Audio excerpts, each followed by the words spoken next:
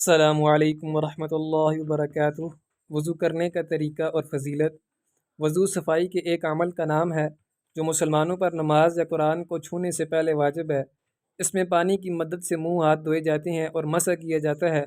مسلمانوں میں وضو کے مختلف طریقے رائج ہیں مگر کم و بیش ایک جیسے ہیں، اور اس کا بنیادی مقصد جسمانی اور روحانی پاکیزگی ہے۔ قرآن میں ایک آیت وضو کے نام سے موجود ہے جس میں وضو کے طریقے پر روشنی پڑتی ہے۔ وضو کے ارکان اور فرائض 6 ہیں۔ نمبر 1 چہرہ دھونا، منہ اور ناک اس میں شامل ہیں۔ نمبر 2 کونیوں تک ہاتھ دھونا۔ نمبر 3 سر کا مسح کرنا۔ نمبر 4 ٹخنوں تک پاؤں دھونا۔ نمبر 5 وضو کے اعضاء دھوتے ہوئے ترتیب قائم رکھنا۔ اور نمبر 6 وضو کے لیے تسلسل کے ساتھ اعضاء دھونا، یعنی مطلب یہ ہے کہ اعضاء کو دھوتے ہوئے درمیان میں لمبا فاصلہ نہ آئے۔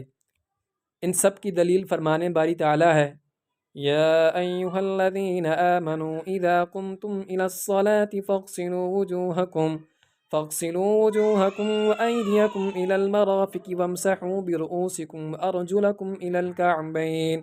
ترجمہ ہے، ایمان والو، جب تم نماز کے لیے کھڑے ہونے لگو تو اپنے چہرے ہاتھ کونیوں تک دھو لو اور اپنے سروں کا مسح کرو اور پاؤں ٹخنوں تک دھو لو۔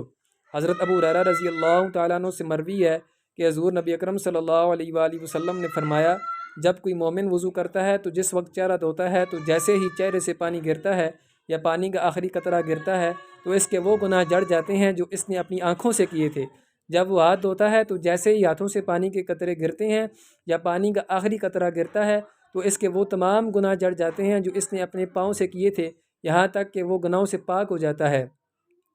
حضور نبی کریم صلی اللہ علیہ وآلہ وسلم نے فرمایا، جو شخص دنیا میں بوضو رہتا ہے، قیامت کے دن اس کے ہاتھ، چہرہ، پاؤں چمک رہے ہوں گے۔ اللہ تعالیٰ اس پر عمل کرنے کی توفیق نصیب فرمائے۔ ملتے ہیں اگلی ویڈیو میں، تب تک کے لیے اللہ حافظ۔